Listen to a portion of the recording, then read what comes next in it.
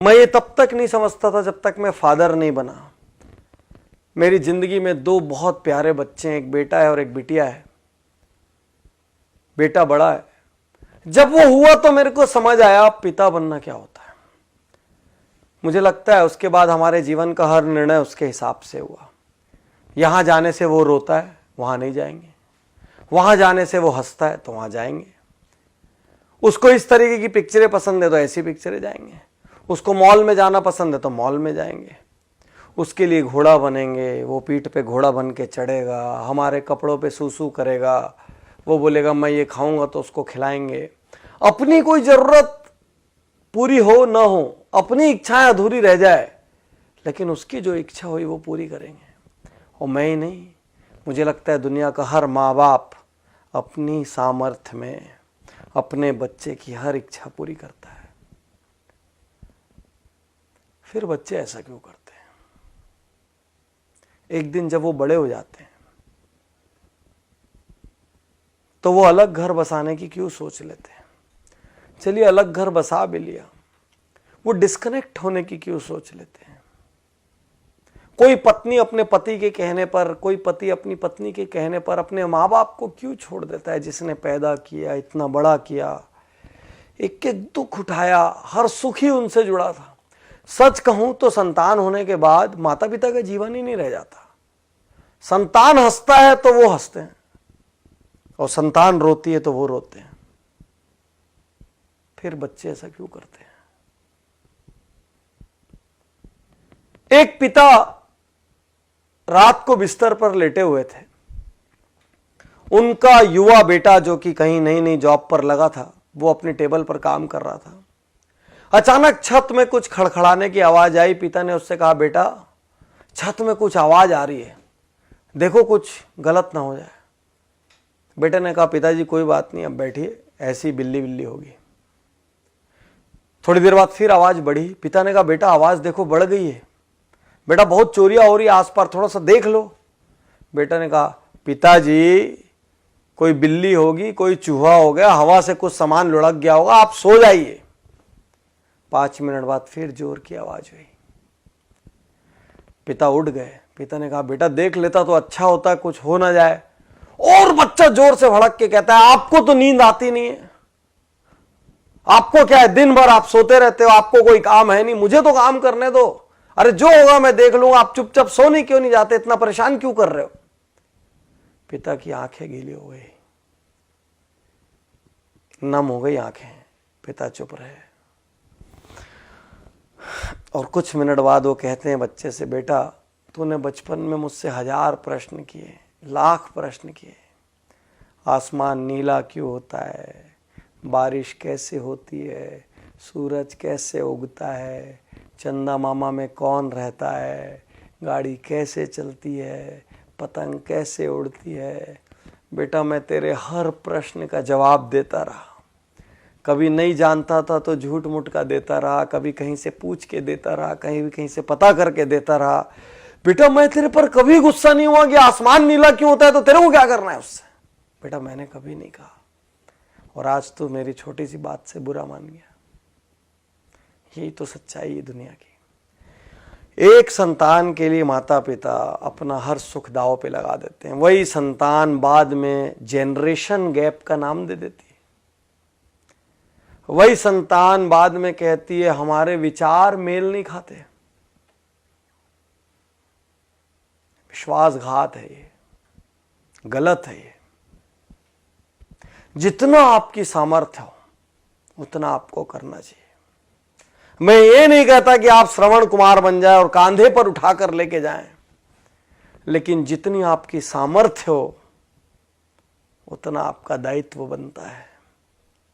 और आपके माता पिता मॉडर्न नहीं है तो संकोच मत करिए। वो मॉडर्न इसलिए नहीं है क्योंकि वो उतने समृद्ध नहीं थे, उनके पास वो लग्जरीज नहीं थी, उनको इंग्लिश बोलना नहीं आता तो शर्म मत करिए, क्योंकि उस समय इंग्लिश मीडियम स्कूल नहीं थे, और थे भी तो उनकी क्षमता नहीं थी। क्षमता होती तो क्यों भला वो हल्के रहते। लेकिन आप ये तो सोचो कि उन्होंने आपके लिए क्या किया। उन्होंने ये तो किया कि आपको इतना सामर्थ्यवान बना दिया। अब आपका क्या दायित्व है, छोड़ के चले जाएं। अब आपका क्या दायित्व है बुढ़ापे में, जब उनको किसी के साथ की सबसे ज़्यादा ज़रूरत है। अरे किसी जॉब की वजह से, असाइनमेंट्स की वजह से पास ना रह पाए तो हर दिन एक फ़ोन तो कर सकते हैं, हर कुछ महीने में मिलने तो आ सकते हैं, सारी व्यवस्थाएं तो जुटा के दे सकते हैं कि किसी किस्म की कोई तकलीफ ना हो जाए। बागबान पिक्चर आपने देखी होगी, मुझे उसमें आज भी अमिताभ बच्चन का एक सीन याद आता है, जब चश्मा बनाने के लिए उनका बेटा कहता है अभी पैसे नहीं है, काम चला लो, और छोटा सा बच्चा पैसे ला के देता है कि पापा पहले, दादाजी पहले चश्मे बनवा लो। आपके पास अपनी लग्जरी के लिए पैसा है, अपनी गाड़ी बदलने के लिए पैसा है, अपना बंगला बदलने के लिए पैसा है, नए इंटीरियर कराने के लिए पैसा है, मॉल जाने के लिए पैसा है, लेकिन माँ बाप की सेवा करने के लिए ना तो आपके पास पैसा है, ना तो आपके पास वक्त है। सिर्फ एक प्रश्न है, यदि आपकी संतान ने ऐसा किया तो आप क्या करेंगे? यदि आपकी संतान ने ऐसा किया तो आप क्या करेंगे? आप बोलेंगे नहीं, मेरी संतान तो कर ही नहीं सकती। लेकिन आपके माँ बाप ने भी तो ये नहीं सोचा था ना कि आप ऐसा करेंगे, नहीं तो आपको दूध क्यों पिलाते, आपको बड़ा क्यों करते जब एक दिन विश्वासघात लेना था तो। आज आप जो कर रहे हैं ना, वो कल आपके साथ भी हो सकता है। सोचिए, गणेश जी ने माता पिता के 3 चक्कर लगा लिए थे और उसी से उनका दुनिया का सारा चक्कर हो गया था। माता पिता हैं, ये भी भाग्य की बात है। मैं ज़्यादा जानता हूँ, मेरे पिता का निधन जब मैं बहुत छोटा था तब हो गया था, और जब मैं सामर्थ्यवान हुआ तो मेरी माता का निधन हो गया।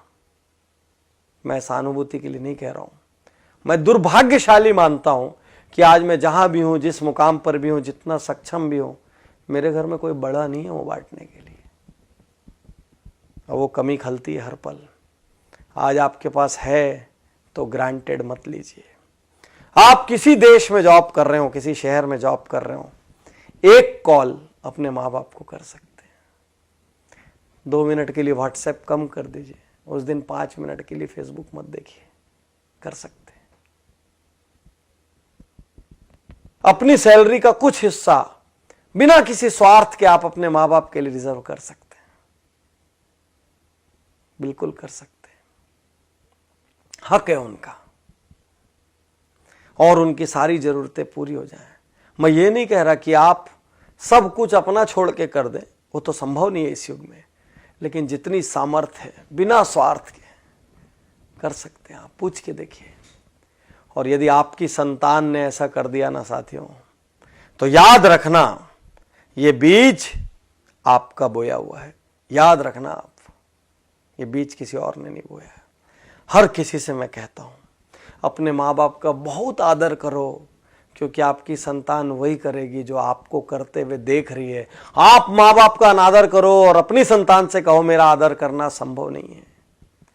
आप माँ बाप के लिए कमजोर खाना खिलाओ, माँ बाप के लिए कमजोर बर्तन रखो, माँ बाप के लिए अलग व्यवस्था रखो, अपने लिए सुपर डुपर व्यवस्था रखो, वो भी संतान देख रही है। याद रखना, याद रखना।